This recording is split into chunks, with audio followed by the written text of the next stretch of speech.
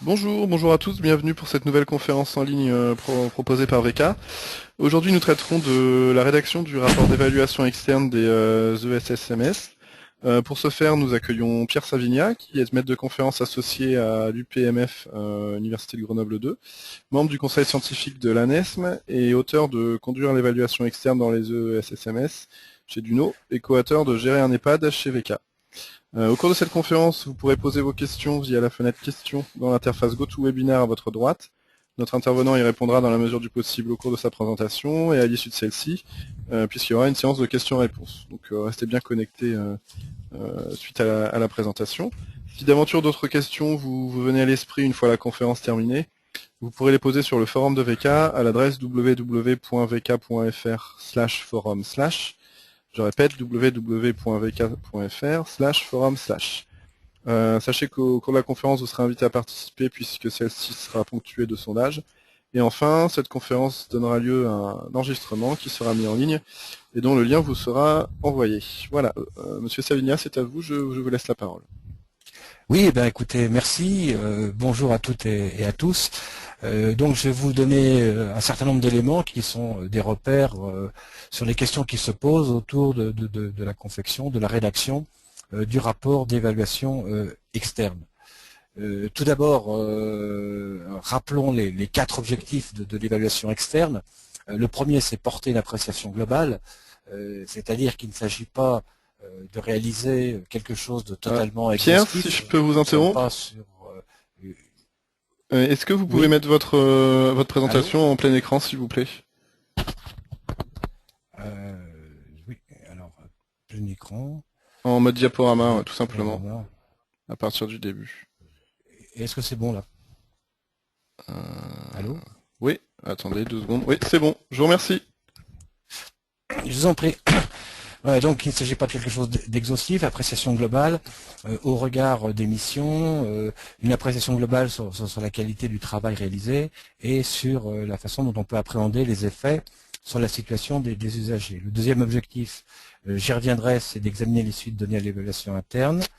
Il y a ensuite ce troisième objectif qui est celui qui peut laisser un peu interrogatif, c'est-à-dire qu'il y a une quinzaine de thématiques et registres spécifiques que le décret demande d'examiner plus particulièrement, avec deux focales plus particulières, l'une sur les personnalisations et le droit des usagers, l'autre sur l'inscription territoriale de la structure. Mais en réalité, lorsqu'on reclasse ces différentes thématiques et registres, on voit qu'elles ont un rapport soit avec les missions, soit avec l'organisation et le fonctionnement, soit avec les pratiques professionnelles collectives, soit avec les effets sur la situation des usagers, et enfin la formulation de propositions et de préconisations. Donc le rapport, à quoi sert-il? Bon, sur un plan juridique, je ne vais pas m'y appesantir, hein, c'est le fondement du renouvellement tacite de l'autorisation. Vous savez que le principe, le droit commun, c'est un renouvellement tacite.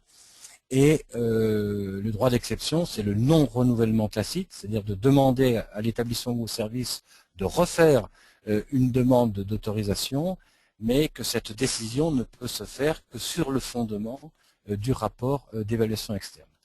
Mais au-delà de cette obligation juridique, c'est aussi un document qui doit être utile pour la structure, c'est-à-dire que c'est une vision, un regard extérieur sur la structure à un moment donné, et ça doit être utile pour ceux et celles qui ont fait l'évaluation, c'est un outil de management, et c'est également un support de dialogue avec les autorités publiques, au-delà du simple renouvellement de l'autorisation, puisque le rapport va mettre en valeur les points forts et les points d'amélioration nécessaires du service ou de l'établissement. J'attire juste l'attention sur les impacts d'un rapport qui serait jugé incomplet, même si la définition d'un rapport incomplet ou insatisfaisant n'est pas aujourd'hui d'une précision extrême. Disons que ce serait un rapport qui serait trop court, peu argumenté, qui ne balayerait pas l'ensemble des thématiques prévues. Je vais revenir sur la question du plan du rapport, dans lequel ne figurerait pas de propositions et de préconisations, ou qui ne disposerait pas des annexes réglementaires prévues par le cahier des charges. Donc, dans ce cas-là, il y a des procédures qui sont prévues, soit d'un complément au rapport, soit éventuellement l'autorité publique peut demander à ce que le rapport soit refait, y compris par un autre organisme habilité si nécessaire. Les étapes de l'évaluation, là aussi c'est important de les repréciser. L'établissement ou le service est maître du jeu dans la phase préparatoire, avec le document de mise en concurrence et le choix du prestataire. Ce document de mise en concurrence, en réalité, c'est un cahier des charges, mais le décret portant déjà cahier des charges, le ministère n'a voulu ne pas être trop redondant, donc ça s'appelle document de mise en concurrence. C'est un peu ce qui va servir de soubassement, de cadre à l'évaluation externe et qui traduit le fait que le commanditaire a un rôle important dans le projet évaluatif. Néanmoins, c'est la deuxième étape, ce projet doit être co-construit, même si c'est le commanditaire qui l'arrête en définitive, le projet qui contient le cadre de référence spécifique, le questionnement évaluatif, mais aussi des questions de méthode. Donc il est co-construit avec l'évaluateur externe ou avec les évaluateurs externes, donc on est après le choix du prestataire, et le projet constitue le plan de vol de l'évaluation. La troisième phase, c'est la phase active proprement dite, c'est le recueil de l'information qui peut prendre des formes diverses. Il y a de l'analyse documentaire, qui est une phase très importante. Il y a des entretiens, il peut y avoir des groupes de travail, de l'observation, des rencontres non prévues. Donc c'est aux évaluateurs là de voir ce dont ils ont besoin, à la fois en s'appuyant sur ce qui a été déterminé dans le projet évaluatif, mais aussi le décret leur laisse une marge de manœuvre, une liberté pour pouvoir disposer de toute l'information qu'ils jugent nécessaire pour construire leur travail évaluatif. Et puis après, la quatrième phase, là, c'est vraiment une phase qui concerne directement les évaluateurs externes. C'est-à-dire, voilà, il va falloir qu'à partir de l'information recueillie, les évaluateurs fassent un travail de synthèse, donc organisent d'une certaine façon l'information, la synthétise, l'analyse, et c'est dans cette phase, qui est une phase de travail importante, c'est dans cette phase que les évaluateurs externes vont en quelque sorte recoller les éléments d'information qu'ils ont recueillis, les éléments d'analyse qu'ils en tirent, avec les exigences du décret du 15 mai 2007, et notamment avec les différentes thématiques. Autrement dit, l'idée sur les thématiques, c'est-à-dire le troisième objectif de l'évaluation externe n'est pas de les prendre une par une et d'essayer de les évaluer de façon un peu notariale ou sous la forme de ce que ferait un audit, mais d'avoir en tête ces thématiques-là, et lorsque on fait le travail de synthèse et d'analyse, de pouvoir recoller l'information et les exigences du décret. Cette phase de synthèse et d'analyse permet le basculement sur la cinquième et dernière phase, qui est la phase pré-rapport et du rapport. Donc le décret a voulu bien formaliser cette étape de l'évaluation. Les évaluateurs externes rendent un pré-rapport qui est transmis au commanditaire, qui doit normalement être transmis à celles et ceux qui ont participé à l'évaluation. Il est certain que lorsque, dans l'évaluation externe, on a prévu une instance d'évaluation ou un comité de pilotage, peu importe, la lecture du pré-rapport lui échoit, c'est en général plus facile. Il est peu probable qu'on puisse faire lire un pré-rapport à un nombre important de parties prenantes. Donc ce genre d'instance, de ce point de vue-là, est relativement efficace pour traiter le pré-rapport. Parce qu'en effet, le pré-rapport est un outil de dialogue. C'est pour ça qu'il s'appelle pré-rapport, un dialogue à la fois entre les différentes parties prenantes qui voient là le travail réalisé sous une forme synthétique et reconstruite, et entre le commanditaire et les évaluateurs externes, pour éventuellement d'abord dissiper peut-être des malentendus, parce que parfois les formulations peuvent varier, donc c'est important d'éviter qu'il y ait des choses de ce type-là dans le rapport. Et si le cas échéant, pointer des appréciations sur lesquelles il n'y a pas totalement un accord de vue, où il y a des différences, où il y a des nuances entre le commanditaire ou certaines parties prenantes et ce que voit, ce que pense l'évaluateur externe.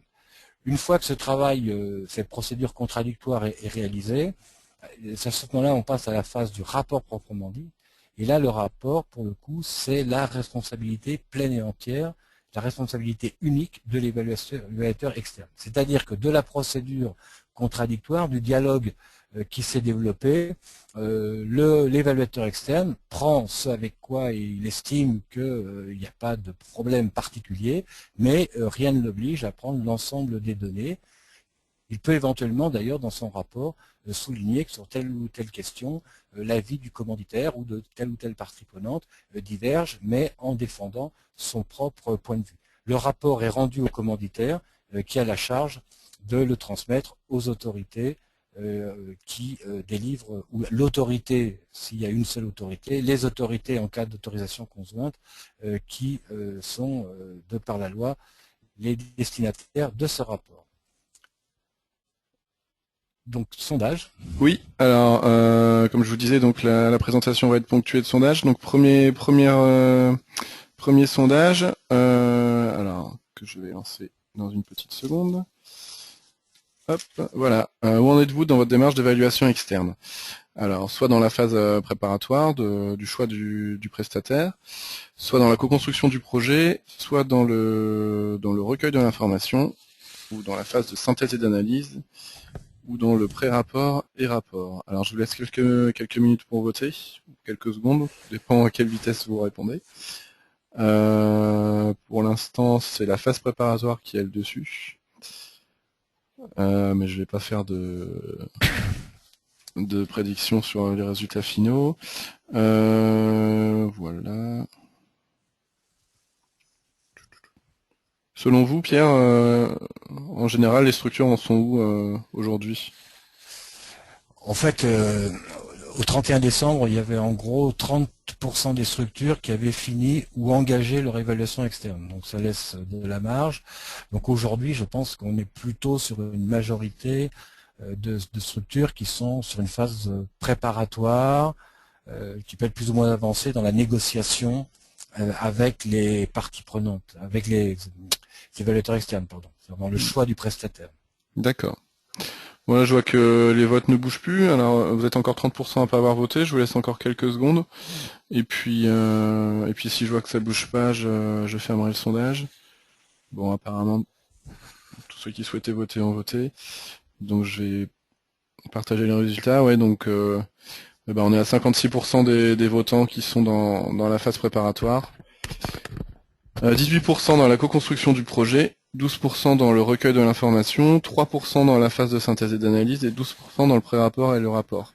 Donc c'est des résultats qui vous surprennent pas plus que ça, j'imagine? Non, je pense que c'est assez fidèle à ce que l'on peut percevoir de la réalité du terrain. D'accord. Ok, bah écoutez, je vous laisse poursuivre votre présentation. Merci. Donc, dans la question de l'évaluation externe et qui impacte bien entendu à la fois le projet évaluatif et le rapport, il y a la question de l'évaluation interne. Alors tout d'abord, juste un rappel, c'est que la loi ne fait pas obligation formellement de faire une évaluation interne tous les 5 ans, mais de rendre compte de l'évaluation ou des évaluations conduites tous les 5 ans. C'est-à-dire qu'il y a eu beaucoup de visions différentes d'ailleurs de l'évaluation interne, mais il peut y avoir dans un établissement ou dans un service parfois des travaux qui en fait sont de l'évaluation, mais qui n'ont pas forcément été baptisés comme tels. Donc il y a un premier travail préalable qui est à faire, c'est de rassembler l'ensemble des travaux qui ont été conduits et qui, sous une forme ou sous une autre, ont de fait un objectif d'évaluation, c'est-à-dire de faire une analyse de ce qui se passe, de repérer les points forts et les points améliorés, et d'en tirer un certain nombre de propositions ou d'axes d'amélioration. Bien. Donc, ce que le rapport d'évaluation externe, ce que l'évaluation externe doit rendre compte en matière d'évaluation interne, c'est essentiellement trois éléments qui sont importants. D'ailleurs, le titre, c'est bien examiner les suites de l'évaluation interne. J'insiste sur le fait que les pouvoirs publics n'ont pas voulu encadrer les évaluations internes, donc il y a une grande liberté sur la façon de faire, et donc on ne peut pas porter une appréciation sur la façon dont était fait l'évaluation interne, mais on va porter une appréciation sur ce qu'il en ressort. Donc il y a un élément, 3 points clés. Donc premier élément, c'est la méthode et l'implication des parties prenantes, c'est-à-dire de regarder comment elles ont été associées dans l'évaluation interne. Très souvent d'ailleurs on constate par exemple que les usagers sont très peu associés à l'évaluation interne. La deuxième chose qui est importante, c'est le plan d'action, comment il est suivi et les effets de ce plan d'action, c'est-à-dire en clair, l'évaluation interne a-t-elle été utile, a-t-elle été suivie des faits, et si oui, lesquels. Et puis quelque chose qui est un peu plus subjectif, mais qui est intéressant à mettre en lumière, c'est de pouvoir apprécier la dynamique produite par l'évaluation interne, qui souvent a fortement mobilisé les équipes, fortement mobilisé les professionnels, et c'est important d'avoir là une appréciation, un regard extérieur sur la réalité de cette dynamique. Dans les précautions, je l'ai déjà dit, hein, il y a la volonté de ne pas encadrer les évaluations internes, donc il n'y a pas de dogme sur l'évaluation interne, il n'y a pas un cahier des charges, et les productions de l'ANESM de ce point de vue-là ne sont que des recommandations, qui sont des repères, mais qui n'ont en aucun cas, et l'ANESM insiste beaucoup là-dessus, un caractère normatif de quelque nature que ce soit. Et puis, prendre en compte que souvent les évaluations internes ont servi d'apprentissage pour les professionnels, que c'était une première façon d'appréhender l'évaluation, et forcément, dans une phase d'apprentissage, il y a des choses qui sont moins bien que d'autres. L'évaluateur externe peut pointer quelques éléments qui permettront d'améliorer les évaluations internes ultérieures, non pas en termes d'appréciation, mais plutôt en termes de propositions et de préconisations. Deuxième question qui fait beaucoup débat, c'est les recommandations de bonnes pratiques professionnelles. Donc je l'ai dit sur celles relatives à l'évaluation interne, mais c'est vrai pour toutes les recommandations. Les recommandations recommandent en quelque sorte, elles n'ont pas de portée normative, elles sont établies à partir de travaux qui portent à la fois sur des éléments théoriques, sur la littérature concernée par le thème de travail, mais aussi avec l'association de professionnels, des visites de terrain, etc. Donc ces recommandations, en réalité, elles montrent l'état de l'art, si je puis dire, du secteur sur un sujet donné. Elles sont donc pas exhaustives, parce qu'il peut y avoir des pratiques qui ne sont pas repérées, et puis il peut y avoir aussi des pratiques qui ne font pas forcément consensus. Or, la construction de ces recommandations fonctionne sur le consensus. Donc voilà, elles sont intéressantes parce qu'elles synthétisent en quelques pages un peu cet état de situation et là où on en est sur une question, mais elles sont forcément partiellement lacunaires. Donc c'est des repères, c'est pas des normes. Deuxième élément important, c'est que l'ANESM a un agenda de production des recommandations qui ne correspond pas forcément à l'agenda des établissements et services. Si par exemple un établissement ou un service a fait son projet d'établissement un an avant la publication de la recommandation, bien entendu, il ne va pas refaire le projet au seul motif que la recommandation est parue. Donc dans l'appréciation de l'utilisation et de la mobilisation des recommandations par les établissements et services, la question de l'agenda est importante. L'utilisation de la recommandation n'est pas forcément immédiate après sa parution. L'objectif en matière d'évaluation va être d'analyser les écarts entre les pratiques constatées et celles préconisées. L'analyse des écarts donc, permet de voir comment l'établissement se situe par rapport à ces pratiques qui procèdent des recommandations, mais c'est une analyse, c'est-à-dire que ce travail ne peut pas se limiter au simple constat d'écart. Bien entendu, il faut aussi l'apprécier au regard des missions d'une part, au regard de l'évolution des publics et au regard des effets sur les pratiques professionnelles d'un côté, sur la situation des usagers de l'autre. À un moment donné, une pratique qui s'écarte de ce qui est recommandé peut être une bonne pratique. Elle n'est pas forcément mauvaise. C'est l'une des grandes différences entre l'évaluation et l'audit, dans la mesure où si on était dans le cadre de l'audit, l'écart, on constaterait l'écart et l'objectif, ce serait de réduire l'écart. Là, en évaluation, on constate l'écart, bien entendu, mais l'objectif n'est pas forcément de le réduire s'il apparaît que la pratique constatée, la pratique réelle, est aussi efficace, voire plus efficace, dans le cas d'espèces que celles qui sont préconisées. Du coup, l'évaluateur externe doit avoir une bonne connaissance des recommandations de bonne pratique. Alors, pas forcément totalement exhaustive, mais d'une part, un certain nombre d'entre elles bénéficient d'un résumé, donc ça permet de voir l'essentiel. Parfois, certaines ont en fin de chapitre une page qui résume l'essentiel. Donc c'est cela que l'évaluateur externe doit s'approprier pour faire le travail, quitte, s'il repère un écart particulier, d'aller plus au fond de la recommandation pour étayer son point de vue. Et donc les limites de l'appréciation, c'est celle dont j'ai parlé précédemment, c'est-à-dire qu'on est en évaluation, donc l'appréciation, elle est aussi discutable, discutée, et peut-être la difficulté pour l'évaluateur externe, c'est d'éviter de se mettre à la place du service ou de l'établissement et de pouvoir avoir un point de vue distancié et pouvoir apprécier des pratiques que lui-même éventuellement ne souhaiterait pas développer s'il était en responsabilité dans l'établissement ou le service par exemple. Ok, donc c'est le moment, le moment du deuxième sondage. Vous basez-vous sur les recommandations de bonnes pratiques professionnelles de l'ANESM dans vos travaux? Alors, je vous laisse quelques minutes pour voter. Pendant ce temps-là, je vais vous transmettre une première question, Pierre. Oui. Alors, une question de Bénédicte qui voudrait savoir, peut-on imaginer, voire craindre, une modification de la philosophie des évaluations internes et externes avec la montée en importance de l'ANAP et de ses indicateurs? D'accord, je réponds tout de suite? Non. Oui, oui.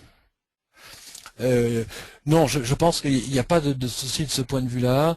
Les indicateurs de l'ANAP, notamment le tableau de bord qui va se déployer progressivement jusqu'en 2015, va porter et porte uniquement sur des indicateurs de gestion. D'ailleurs, la plupart des indicateurs contenus dans ce tableau de bord sont des indicateurs existants, ils sont simplement réorganisés et réorientés. L'ANAP ne va pas aller sur les questions de qualité et d'évaluation. Donc l'ANAP, les travaux de l'ANAP, dont certains d'ailleurs sont pas inintéressants et peuvent même être utiles, je pense à ceux sur l'alimentation pour les personnes âgées, les travaux de l'ANAP n'empiéteront pas sur le champ de l'évaluation, qu'elle soit interne ou externe d'ailleurs. D'accord, donc Bénédicte réagit et me dit il y a quand même des indicateurs de maturité en GRH. 3 petits points. Oui, en gestion des ressources humaines, oui, là on est sur les indicateurs de gestion. Alors les indices de maturité, c'est des échelles de maturité, c'est un peu, enfin c'est une innovation dans notre secteur, mais c'est pas une innovation, c'est des choses qu'on utilise dans beaucoup de domaines. On est vraiment dans de la gestion, c'est-à-dire que là on apprécie la qualité de la gestion des ressources humaines. Ce n'est pas un des objectifs de l'évaluation qui porte elle sur les missions. Sur la qualité des pratiques développées pour la mise en œuvre des missions et les effets sur la situation des usagers. L'évaluation ne concerne ni la gestion des ressources humaines, ni la gestion financière, ni la gestion du patrimoine. Ok, merci. Alors je ferme le sondage, hein, je pense que tout le monde a voté. Et alors, les résultats, eh ben, Oui, et 92% de nos auditeurs se basent sur les recommandations de bonnes pratiques professionnelles de la NESM. Voilà, j'imagine que ça vous fait plaisir. Oui, oui, non, mais en plus, je crois que les recommandations, de façon générale, ce sont plutôt de bonne qualité. Hein. L'ANESM, c'est 25 personnes, hein, donc c'est pas elle qui produit les recommandations. L'ANESM est une sorte de facilitateur. D'abord, la loi dit qu'elle valide les recommandations de bonne pratique. C'est-à-dire qu'en gros, elle les organise, elle les collecte, elle les met en débat, mais l'essentiel du travail d'élaboration des recommandations sont le fait de professionnels de terrain ou de représentants des fédérations. Et d'ailleurs, chacun peut constater à la fin des recommandations, de chacune des recommandations, la liste des personnes qui ont été impliquées. Et depuis quelque temps maintenant, la NESM fait même des appels à candidature, c'est-à-dire que lorsqu'elle va produire une recommandation, elle fait un appel public à toutes celles et ceux qui voudraient participer, apporter une contribution. Donc on a vraiment quelque chose qui vient du terrain, qui encore une fois n'est pas exhaustif parce qu'il faut que les recommandations fassent consensus globalement, mais pour autant elles sont représentatives de ce qui se fait aujourd'hui. Donc le fait qu'elles soient utilisées à 90-12% ne m'étonne pas. Oui. Il y a une réaction de Stéphane quant au sondage qui dit cette deuxième question du sondage aurait peut-être mérité une réponse intermédiaire, à savoir oui, on les utilise partiellement. Oui, bien sûr. Bien sûr, partiellement, c'est pas. Je veux dire, les recommandations, c'est aussi une boîte à outils. Alors, il y a deux choses dans les recommandations. Il y a un sens général qui souvent est exprimé dans les premières pages, et puis après, il y a un certain nombre de thématiques qui sont développées. Il y a un certain nombre d'exemples qui sont donnés, et c'est vrai que c'est un peu une boîte à outils. C'est-à-dire, c'est en ce sens où c'est pas une norme justement, c'est qu'elles sont pas propension à être appliquées telles quelles, donc on peut y aller faire son marché et éventuellement se décaler un peu de certaines des propositions qui sont faites. Ok, merci beaucoup. Bah écoutez, je vous laisse continuer la présentation. Voilà, donc je vais juste revenir un tout petit peu hein, sur ce que j'ai déjà annoncé un peu sur la phase d'analyse et de synthèse, mais pour repréciser bien les choses, d'une part, c'est très important de collecter un maximum d'informations. Donc là, je m'adresse plutôt aux évaluateurs externes, bien entendu. Je l'ai dit sur l'analyse documentaire, je reconnais, c'est un gros travail de compiler des documents qui voilà, sont diverses, variés, avec des constructions différentes. Les entretiens, les rencontres sont très importantes et notamment de ce point de vue-là, je pense que l'évaluation interne doit être un moment où on va vraiment impliquer le mieux possible les usagers. Je le disais dans les évaluations internes, c'était normal en phase d'apprentissage, hein, bien entendu, on a peu impliqué les usagers. Là, c'est important de les appliquer, notamment dans des entretiens ou dans des groupes de parole, sous des formes diverses et adaptées à chacun des publics, bien entendu, mais de le faire de façon ouverte, en faisant attention aux mots qu'ils emploient, en ne cherchant pas à calquer un vocabulaire professionnel. Ce qui implique d'ailleurs beaucoup de savoir-faire et de savoir se mettre à distance aussi de la parole de l'usager. Les usagers, parfois, disent des choses qui sont fausses, qui ne sont pas vraies. Et donc la question que l'on doit se poser à ce moment-là, c'est pas de savoir si c'est vrai ou faux, mais de savoir pourquoi ils ont ce sentiment, pourquoi ils ont l'impression de telle ou telle chose, alors qu'en réalité, c'est pas vraiment ce qui se passe. Et donc là, il y a un matériau qui est très important, parce que dans le courant, dans le quotidien, on n'a pas toujours le temps de faire ça, et le fait que les entretiens se fassent par un tiers, quelqu'un d'extérieur, quelqu'un de neutre, entre guillemets, peut faciliter ça. C'est vrai aussi avec le personnel. Je crois que c'est important que l'évaluation externe soit un espace où la parole est libre, bien entendu en restant correct et courtois, cela va sans dire, en sachant qu'on évalue des pratiques, des actions, on n'évalue pas des personnes, mais que les personnels puissent dire leurs sentiments sur telle ou telle chose. Par exemple, dans une démarche qualité, c'est pas inintéressant de savoir si les personnels ont été convaincus sur le fond, s'ils sont plutôt allés parce que il faut bien y aller, puis ils sont disciplinés, quels ont été leurs avis là-dessus. Voilà, c'est des choses qui sont importantes. Donc les entretiens et les rencontres doivent être bien calibrés et il faut prendre du temps pour ça et pas trop les cadrer. Laisser des espaces de respiration, de liberté. Et puis l'observation est intéressante, on apprend beaucoup de choses en circulant. Alors là, c'est plutôt pour les établissements, bien entendu, pour les services, c'est pas praticable, mais enfin, mais pour les établissements, voilà, d'être un peu le nez au vent, de regarder les choses, d'écouter. Enfin, voilà, je crois que c'est tout à fait important. Deuxième élément sur la phase d'analyse, c'est, vous savez que lorsqu'il y a certification de services, que ce soit pour un établissement ou pour des services, elles peuvent être prises en compte en partie pour l'évaluation externe. L'idée en réalité, bon, les arrêtés sont un peu compliqués des fois à comprendre parce que sur certains items, on nous dit que le référentiel de certification correspond à la moitié, aux 2 tiers, aux 3 quarts. Bon, c'est vrai que ça peut un peu désarçonner. En réalité, il faut essayer de faire simple. L'idée, c'est que dans l'analyse documentaire, on regarde ce qu'a donné la certification pour éviter les doublons et de refaire ce qui a été fait. Donc on s'appuie sur les travaux des certificateurs pour prendre plus de temps sur des domaines qui n'ont pas été explorés ou suffisamment explorés. Voilà, donc sur l'articulation avec les objectifs fixés par le cahier des charges, j'en ai déjà parlé. Le premier thème est important à l'appréciation globale. On retrouvera d'ailleurs cet item dans l'abrégé. C'est vraiment la synthèse de la synthèse, c'est-à-dire, voilà, qu'est-ce qu'il faut retenir? C'est un peu ça l'idée dans cette partie-là pour l'évaluateur externe, c'est qu'est-ce que je retiens de cette structure en quelques mots, en quelques phrases, comment je décris ce qui se passe, ce qui se fait, comment elle se situe dans la politique publique dont elle relève. Suite de l'évaluation interne, je n'y reviens pas, et les 17 items, parce qu'en fait il y en a 15, mais vous avez pu constater qu'il y en a 2 qui sont dédoublés. Donc les 17 items du troisième objectif, bon là je ne reviens pas.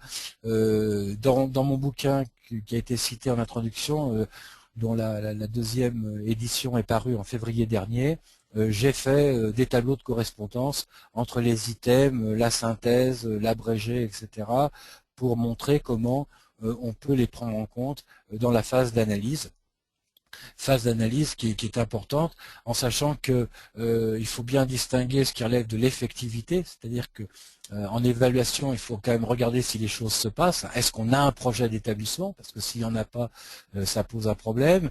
Est-ce qu'il y a un conseil de la vie sociale? Est-ce qu'il y a des contrats qui sont faits, que ce soit en établissement ou service, avec les usagers? Est-ce qu'il y a des temps de synthèse entre professionnels, donc tout ça est important. L'évaluation, c'est l'appréciation, et l'analyse d'écart, tel que je l'ai expliqué tout à l'heure, c'est-à-dire que tout écart n'est pas forcément mauvais. Je ne reviens pas sur la procédure d'élaboration du rapport parce que j'ai anticipé tout à l'heure dans la diapositive plus générale. Je veux juste dire que c'est une phase très très importante, une phase de débat, et il faut prendre le temps de bien la soigner, notamment la phase contradictoire, parce qu'effectivement, elle permet aussi de vraiment d'affiner le document. Il va sans dire que le pré-rapport doit également contenir une proposition de la synthèse et une proposition d'abrégé. Voilà, troisième sondage. Oui, alors, je lance de suite. Donc, bon, ça tombe un peu à l'eau, puisque on a vu que seulement 12% des personnes tout à l'heure étaient à la phase de rédaction. Donc bah pour ces 12%, je vous laisse le loisir de répondre. Alors, on en est où? 10% de votants, oui, forcément. Pendant que je laisse encore un petit peu de temps, je vais vous transmettre des réactions et réponses, notamment par rapport à la question des recommandations de l'ANESM tout à l'heure. Blaise qui voulait juste réagir et dire que peut-être que elles étaient trop larges pour avoir une application concrète, mais bon, je pense que comme vous disiez, c'est une boîte à outils. Après, Oui, chacun ça y dépend. trouve. Effectivement, alors, si vous prenez celle sur la bientraitance, elle est très très large. C'était l'une des premières. Si vous prenez celle, alors c'est peut-être pas votre secteur d'intervention, mais celle sur la qualité de vie en EHPAD ou en femmes masse, il y a des choses très concrètes et il y a voilà. Après, on prend ce qui intéresse, ce qui rentre sur l'agenda de l'établissement ou du service. Il n'y a pas de souci là-dessus. Ok. Je vais prendre une question aussi de Aude, c'était une des premières questions. Quelle est la position de l'ANESM quant à la certification NF? Alors, l'ANES n'a pas de position puisque ça relève de la loi, hein, c'est la loi dite HPST de juillet 2009 qui a calé ça et qui a limité la prise en compte des certifications, enfin la prise en compte réglementaire aux certifications de services. Donc c'est pas à toute certification. Néanmoins, je pense par exemple aux ESAT, aux CAT, qui peuvent avoir des certifications entre autres de type ISO, qui ne sont pas non plus prises en compte réglementairement. Ça n'empêche pas l'évaluateur externe d'en tenir compte, comme il va tenir compte des évaluations externes, comme il va tenir compte des éventuels audits qui ont été faits. Dans l'analyse documentaire, l'évaluateur externe prend en compte tout ce dont il pense avoir besoin pour faire son boulot. Donc, si vous voulez, même s'il n'y a pas de prise en compte réglementaire, ça change pas grand-chose. En réalité, il faut simplement savoir que la loi de 2009 est le fruit d'un compromis, c'est-à-dire qu'un certain nombre de fédérations, notamment des EHPAD à caractère, à statut commercial, auraient voulu que la certification vaille évaluation externe. C'était ça l'objectif. Le ministère s'y est opposé et il y a eu un compromis de prise en charge partielle. Mais de fait, on prend en évaluation, on prend en charge, on prend en compte ces choses-là. Si un établissement ou un service a fait une démarche qualité, c'est pas dit en tant que tel, mais bien entendu qu'on va la prendre en compte et qu'on ne refera pas des choses qui ont été éventuellement explorées, discutées, construites dans le cadre de la démarche qualité. Donc il ne faut pas trop se formaliser là-dessus. Ok, merci beaucoup. Je vais fermer le sondage. On est à 17% de votants, mais je pense Oui, c'est logique. oui, voilà, puisqu'on avait la plupart des gens qui n'en étaient pas encore là. Donc, alors j'ai une réaction d'une de nos intervenantes qui veut savoir combien de personnes ont voté. Vous êtes une cinquantaine à nous suivre aujourd'hui, sachant que sur les 50, il y en a 12% qui ont voté. Effectivement, on est là sur ce sondage-là, sur quelque chose assez peu représentatif. Alors, je peux pas vous donner les nombres exacts parce que je les ai pas et je suis pas assez matheux pour faire le calcul toute seule, tout de suite. Mais donc, voilà, vous pouvez voir que Ça fait sur les... 6% en fait. Ouais, merci. 12%, ça fait 6%. Ok. Euh, donc du coup, ça fait 25% de ces 6% qui en sont Voilà. pré-rapport. Autant à la phase Tout à fait. contradictoire, 13% à la rédaction du rapport final et Voilà. 38% à la remise du rapport. Est-ce Bon. que ça vous surprend ou... Non, non, je pense que vu qu'on est au mois de tout début avril, ça ne me surprend pas. Il va y D'accord. avoir un phénomène d'accélération et de montée en charge exponentielle avec d'ailleurs un risque d'embolisation. Donc vraiment, s'il y a des responsables d'établissements qui écoutent et qui n'ont pas encore commencé à sélectionner leurs prestataires, il faut y aller très vite maintenant. Hmm, ouais. Donc j'allais dire pas de panique, mais en fait si, un petit peu. Oui, parce que c'est quand même maintenant fin décembre, voilà, c'est encore jouable, hein, c'est pas perdu, mais il faut pas trop traîner, quoi. Ok. Bon, merci Voilà. beaucoup. Je vous laisse poursuivre. Je continue donc Ouais. rapidement sur le contenu général du rapport d'évaluation externe. Donc là, c'est là où d'ailleurs la question du rapport incomplet peut se jouer. Donc il faut bien tenir compte de cela. Donc les éléments de cadrage, ça j'y reviens pas. Sur l'établissement, c'est pas compliqué.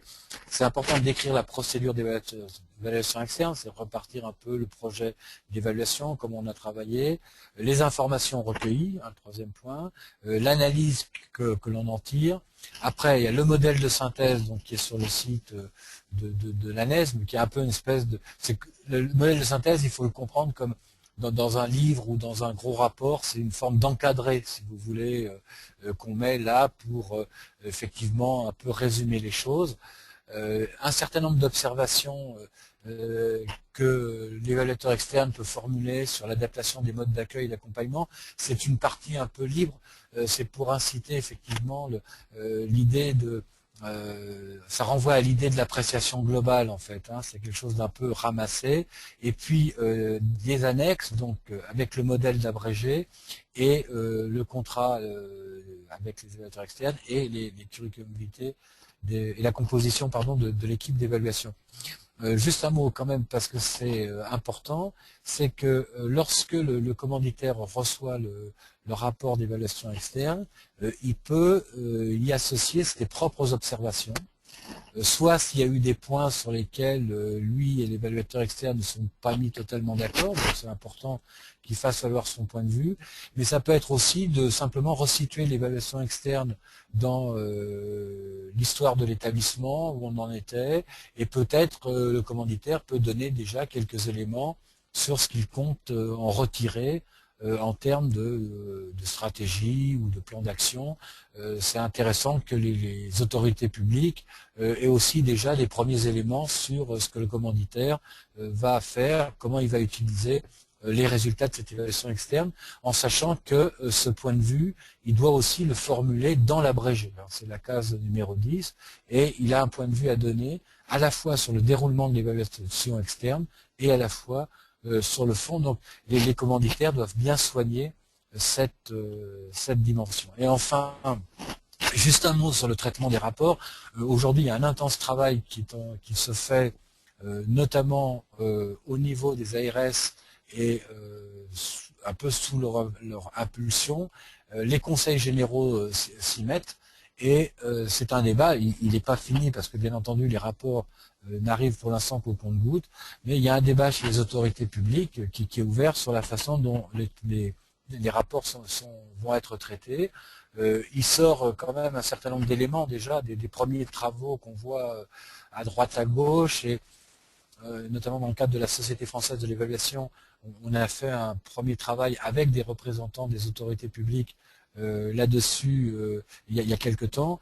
Se dessine un principe de transparence, c'est-à-dire de faire que les autorités publiques disent quels seront leurs critères d'appréciation des rapports. Les autorités publiques vont déterminer des critères prioritaires, c'est-à-dire dans l'ensemble des éléments qui ressortiront des rapports, ils vont établir des focales particulières. Alors, c'est effectivement intéressant parce que ça permet de hiérarchiser les questions. Par contre, il est certain que nous aurons des disparités territoriales. Rien n'est prévu pour harmoniser au plan national les critères prioritaires. Il y a peu de chances que ça se fasse. Ça se fera peut-être dans un second temps, mais pour cette vague d'évaluation externe, il y aura des variants, mais il y aura sûrement quelques éléments qui ne seront pas identiques d'une région à l'autre, d'un département à l'autre. Le traitement est envisagé sur 3 plans. D'abord, le traitement par établissement et service, il est obligatoire, bien entendu. Beaucoup d'autorités publiques envisagent un traitement aussi collectif, c'est-à-dire de rapprocher les évaluations, par exemple, sur les EHPAD dans un territoire donné, ou sur les services dans un territoire donné. Et un certain nombre d'autorités attendent aussi d'y trouver des éléments qui vont nourrir les schémas sur les besoins à venir, le type de réponse apportée, etc. Bon, ça peut être important, d'autant plus que dans la préparation des schémas, les établissements et les services y sont associés. Certaines autorités vont construire des grilles d'analyse, combinant éventuellement cotation et commentaires. Là aussi, l'essentiel, c'est la transparence, c'est que les critères soient donnés.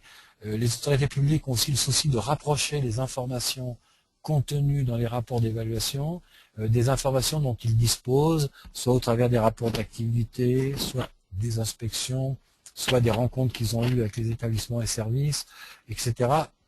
Et notamment pour voir s'il n'y a pas de trop grands écarts entre l'information qu'ils avaient déjà et donc le sentiment qu'ils avaient sur un établissement et service et ce qui ressort du rapport d'évaluation. Et puis l'idée quand même qui semble se développer d'un retour vers les établissements, non seulement d'un retour individuel, mais aussi d'un retour collectif, sans doute aux échelles départementales. Voilà ce que je pouvais vous dire sur cette question-là. Et je suis à votre disposition si vous avez des questions ou des interrogations. Merci beaucoup Pierre. Effectivement, il y a beaucoup de questions, donc on va traiter tout ça. Juste avant, une petite remarque, c'est Raled qui me fait remarquer qu'on vous voit pas beaucoup. C'est vrai que si vous pouvez incliner votre écran, ouais. Ou bon, après c'est pas. Là, on voit que le bas là du coup. Il Alors faudrait que vous, attendez, oui, il faut un juste milieu. là, Voilà, là c'est parfait. c'est bon? Oui. Bon, je ne bouge plus. Ok. Avant de donc d'enchaîner avec les questions-réponses, juste si vous voulez en savoir plus, VK propose différentes solutions sur ce thème, notamment des formations telles le rapport d'évaluation externe en ESSMS mode d'emploi, qui pour l'instant est disponible qu'en intra, et puis ESSMS, élaborer et évaluer votre projet d'établissement. La prochaine session étant les 16 et 17 juin. Nous avons aussi des bases documentaires, évaluer la qualité de votre structure sociale ou médico-sociale, via un EHPAD au quotidien, pour lequel vous êtes l'auteur, et gérer une structure de service à la personne. Je vous envoie les liens, par la fenêtre de chat vers tous ces produits. Pierre, si vous voulez pendant ce temps-là parler aussi de votre ouvrage. Oui, j'en ai juste deux mots. ressorti. Donc c'est un ouvrage qui se veut pratique, qui suit le décret pas à pas et qui donne un certain nombre d'outils permettant de comprendre ce qui est demandé et puis d'aller de pouvoir donner une cohérence aux différents supports qui composent le rapport d'évaluation. Ok, et donc il s'intitule, rappelez-nous. Et conduire l'évaluation externe dans les ESSMS, donc c'est tout simple, chez Duno. Et la deuxième édition vient de paraître en février dernier. Ok. Je vous envoie également via le chat l'adresse du forum VK si vous avez des questions, qui viendraient après la conférence. Pendant ce temps-là, je vais vous commencer à vous transmettre, Pierre, les questions de nos participants. Alors, une petite seconde que je les rouvre. Alors, une question de Blaise. Comment associer l'usager autiste qui ne parle pas et utilise des outils de communication et utiliser des outils de communication adaptés? Par Oui. exemple, comment recueillir la satisfaction des résidents? Alors là, effectivement, c'est important. Je ne sais pas si Blaise est un commanditaire ou un évaluateur externe. Pour le commanditaire, dans son cahier des charges, s'il y a des publics type autistes ou autres, des publics qui ont des difficultés de communication, je pense que c'est important que dans le choix du prestataire, il demande à ce qu'il y ait au moins sur un temps dédié une compétence dans les communications non verbales et adaptée au public. Ça existe, il y a des gens qui savent faire cette communication et je crois que c'est important, c'est une occasion justement de recueillir ces éléments et donc ça me paraît quelque chose qu'il ne faut pas négliger, il ne faut pas s'arrêter aux difficultés de communication que rencontrent un certain nombre d'usagers. Ok, merci beaucoup. Toujours Blaise qui veut savoir, le recueil de la satisfaction des familles et des représentants légaux peut-elle être considérée comme une façon d'associer les usagers à l'évaluation? Je précise que nous sommes une MAS pour personnes autistes. D'accord. Alors, je pense que associer les familles, éventuellement les tuteurs, me paraît une excellente chose. Je crois ça ne peut pas remplacer totalement la rencontre avec les usagers directs, mais je crois que les familles, une masse, c'est indispensable de le faire comme dans un EHPAD, parce que c'est aussi un point de vue. Et après, d'ailleurs, c'est intéressant de croiser un peu les sentiments des uns et des autres qui ne sont pas toujours congruents. Ok, merci. Alors, une question de Christelle. La circulaire du 31 décembre précise que la certification est un diagnostic préalable et que tous les items de l'EE doivent être vus, y compris quand il y a une correspondance complète. Par rapport à votre point de Oui, vue, comment articule-t-on l'EE avec la certification? oui, parce que je pense que les arrêtés ont été faits sans véritablement méthodologie. C'est ce que je disais, avec des items qui seraient vus aux 2/3, aux 3/4, complets. Bon, tout ça est un peu confus.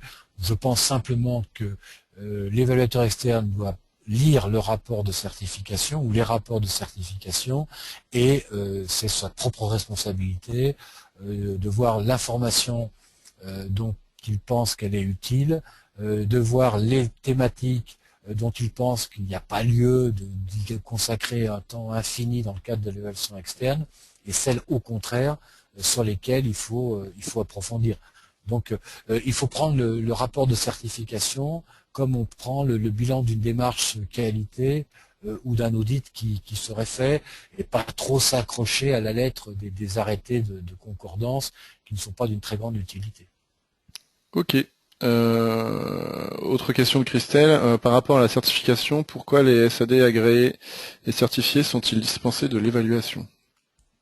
Là aussi, ça a été le fruit d'un compromis parce que lorsqu'il y a eu la loi Borloo de 2005 sur la cohésion sociale, la première mouture avait sorti quasiment les services à la personne du champ de l'action sociale et avait prôné le système de l'agrément qui à l'époque s'appelait agrément qualité dans une logique plutôt de développement de l'emploi, d'allègement des contraintes, et d'ailleurs l'agrément, la délivrance de l'agrément avait et reste confiée à l'administration de l'emploi. Il y a eu une levée de bouclier des grosses associations du maintien à domicile, notamment ADMR, l'UNA, etc. Et là aussi, il y a eu un compromis, c'est-à-dire qu'au lieu de rebasculer l'ensemble des services à domicile dans le champ de l'action sociale, le gouvernement a mis en place un droit d'option. Donc vous avez pour le même boulot, les mêmes missions, des services qui restent agréés, donc qui relèvent de l'administration de l'emploi, sur une logique généraliste, donc effectivement, où là la certification suffit, et puis des services autorisés qui, eux, relèvent de la loi de 2002 et donc de l'évaluation externe. C'est une anomalie, c'est régulièrement dénoncé. Le problème, c'est que les pouvoirs publics ne veulent pas trancher en faveur de l'une ou l'autre solution. Donc les deux procédures concurrentes existent. Ok. Une question de Khaled. Pourquoi la question de la gouvernance n'est pas posée par l'ANESM à travers ces questionnements? C'est primordial. Oui, c'est primordial, mais c'est pas dans les objectifs de l'évaluation. Donc la question de alors on peut éventuellement dans le projet évaluatif introduire une évaluation de la gouvernance, hein, c'est pas du tout interdit. Ça peut procéder d'ailleurs de l'appréciation globale, c'est-à-dire la question pourrait être en quoi la gouvernance est-elle pertinente par rapport aux missions, par rapport au projet en direction des personnes accueillies ou accompagnées, et en quoi cette gouvernance est-elle efficace. Donc ça, c'est une question qu'on peut poser. C'est vrai qu'en termes de recommandations, l'ANES n'a pas abordé ça. Je crois que le consensus serait très difficile à obtenir aujourd'hui entre les différentes fédérations. Ok. Une question de Stéphane, qui est plus un commentaire ou une réaction sur son expérience personnelle. Les Oui. évaluateurs ont travaillé sous la forme de deux binômes. Les pré-rapports qu'ils nous ont fournis sont de qualité très différente selon le binôme concerné. Notamment, ce Ah. qui nous laisse sur notre faim, c'est qu'un binôme ne formule aucune préconisation. Nous rencontrons les évaluateurs la semaine prochaine pour leur formuler cette déception. Un petit point. Je ne sais pas si c'est une situation qui est fréquente. Alors, je pense que ça doit être plus qu'une déception, ça doit être un désaccord, c'est-à-dire qu'il faut leur demander de revoir leur copie. De revoir leur copie. C'est le rapport, un rapport sans proposition et préconisation risque d'être retoqué par l'autorité publique, c'est-à-dire que ça va être rapport incomplet. Donc là, je pense que il faut dire aux évaluateurs externes, non, vous n'avez pas fait le job complètement, donc il faut que vous remuscliez votre copie et que vous introduisiez cela. Voilà, et je pense que là-dessus, en tant que commanditaire, il doit être ferme sur la question et pas simplement faire état d'une déception. Ok. Surtout qu'il y a du temps pour refaire. S'il en est à la phase du pré-rapport, ça va, il a largement le temps de refaire la copie. Ok. Question de Anaïs. L'abrégé doit-il être obligatoirement en annexe? Oui, c'est dans le décret de janvier 2012. Ok. Une question de Fabienne. Peut-on estimer une durée moyenne de l'évaluation externe à partir du moment du choix du prestataire? Alors, il faut distinguer déjà le travail hors site et sur site. L'analyse documentaire, l'évaluateur n'a pas besoin de venir. Sur site, en gros, on estime... alors, après, ça peut être un ou un binôme d'évaluateurs. C'est vrai qu'il y a un problème de coût. Moi, personnellement, je suis plutôt favorable à un binôme d'évaluateurs parce que souvent, c'est intéressant de croiser les compétences. Je crois que sur un établissement de 80 lits, un peu plus, 3 journées sur site, 3-4 journées sur site, 4 journées sont suffisantes, en sachant qu'il y a une journée qui est plutôt consacrée à construire le projet d'établissement et à faire l'information au personnel pour que les choses soient transparentes, et puis 3 jours vraiment de recueil de l'information, en sachant qu'il y a 2 écoles. Il y a une école qui est sur 3 jours de fil, dans 3 jours qui se suivent.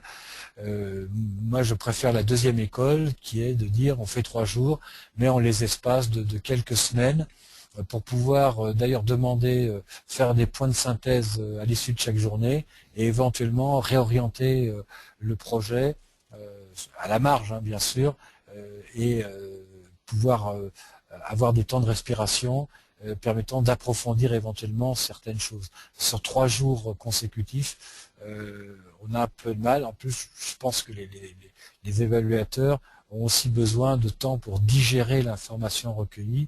C'est quand même difficile sur 3 jours consécutifs. Mais les 2 méthodes existent. Voilà. Après, c'est le choix du commanditaire. Ok, alors une question de Dominique.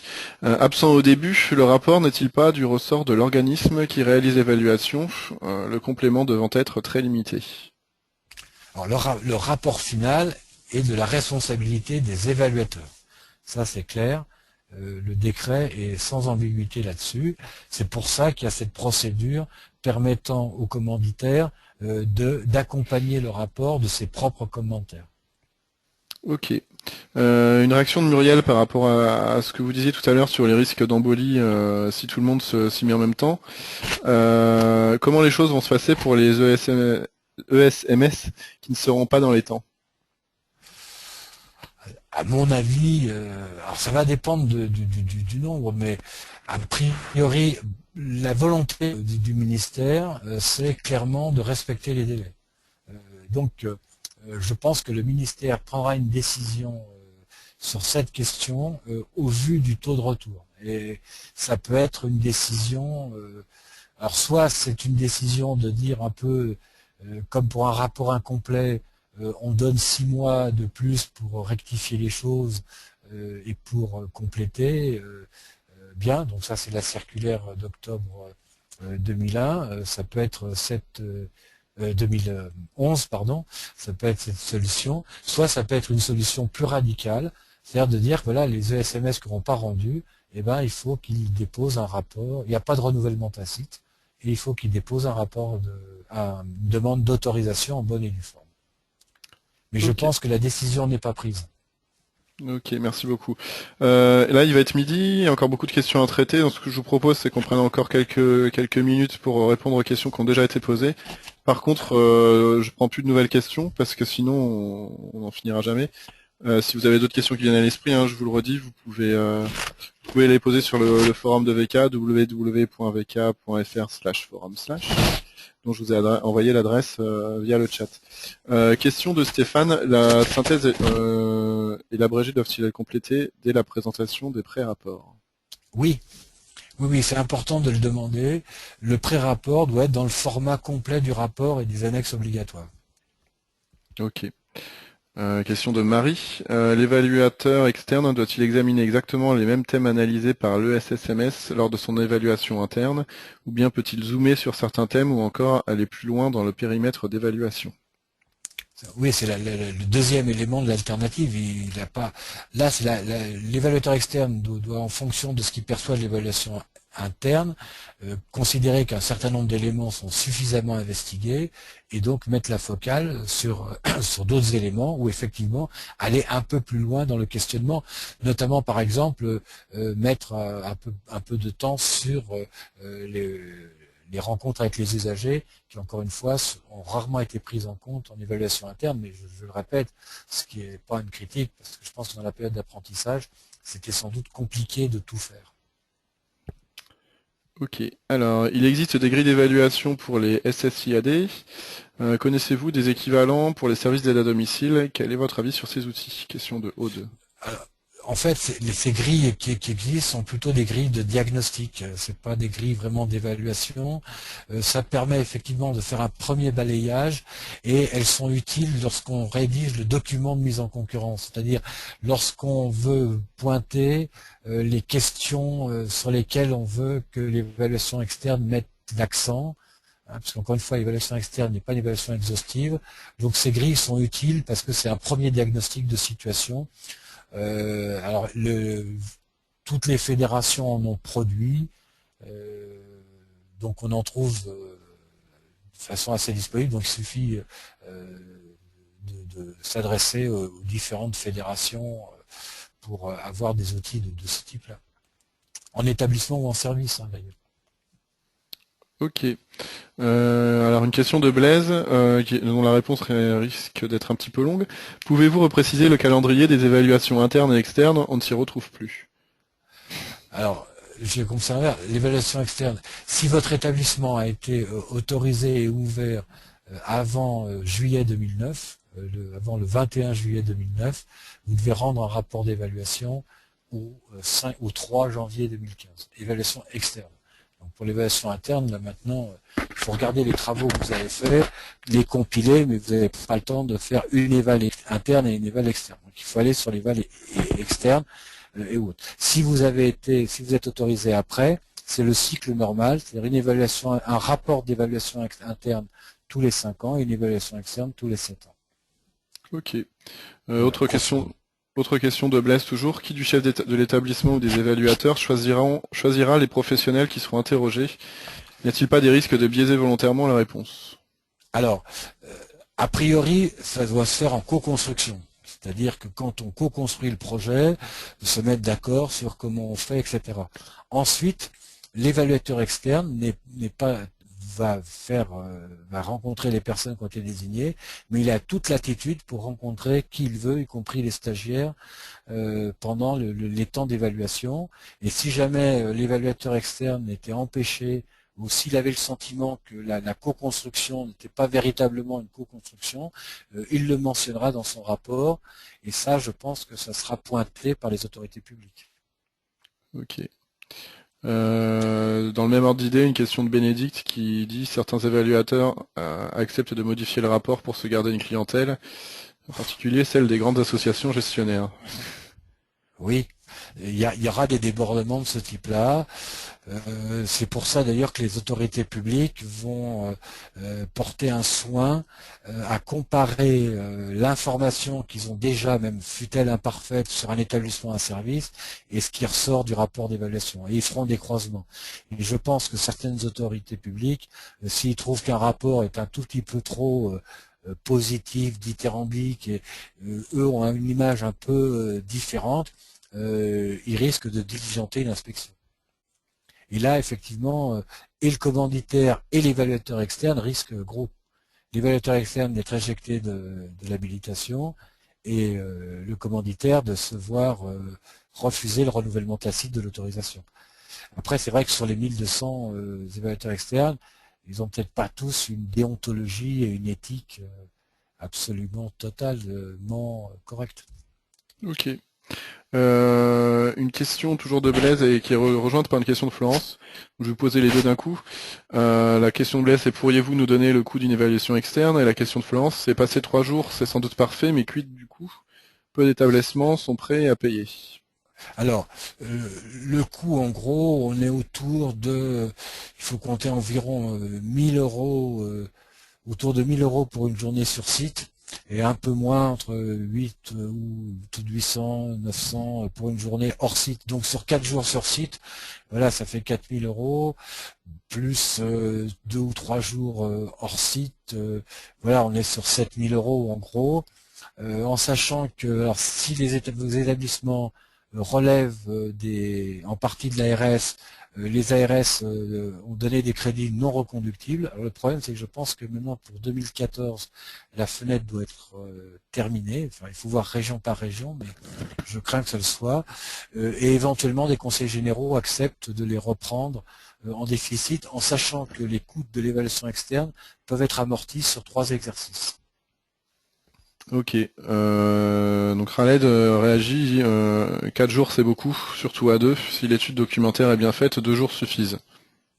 Oui, c'est une moyenne. Après, c'est à chaque établissement de voir ce dont il a besoin. Ok. Pensez-vous que les préconisations de l'évaluateur doivent être étayées par des textes de loi, des recommandations de bonnes pratiques de la NESM? Une question de Florence. Non, non, pas forcément. Texte de loi, non, parce que c'est préconisation, proposition. Par contre, oui, l'évaluateur externe peut peut-être sur certaines propositions ou préconisations inciter, par exemple, l'établissement à s'appuyer sur telle ou telle recommandation de bonne pratique, s'il estime qu'il y gagnerait. Oui, ça, il peut le faire à titre d'illustration ou d'indication, parce qu'il faut que les propositions et préconisations soient utiles pour l'établissement. Et d'ailleurs, le décret précise bien que celles-ci doivent être faites en tenant compte des moyens. C'est-à-dire, en gros, pas de préconisation qui disent il faut augmenter les effectifs de 10%. Ok. Bon, je vais prendre une dernière question et puis on va arrêter là. Une question d'Aude qui voudrait savoir si l'AFNOR est reconnu comme évaluateur externe. Oui, Oui. oui, oui, tout Ok. à Ok. fait. Bon bah écoutez, merci beaucoup. On va Je vous en arrêter prie. là pour aujourd'hui.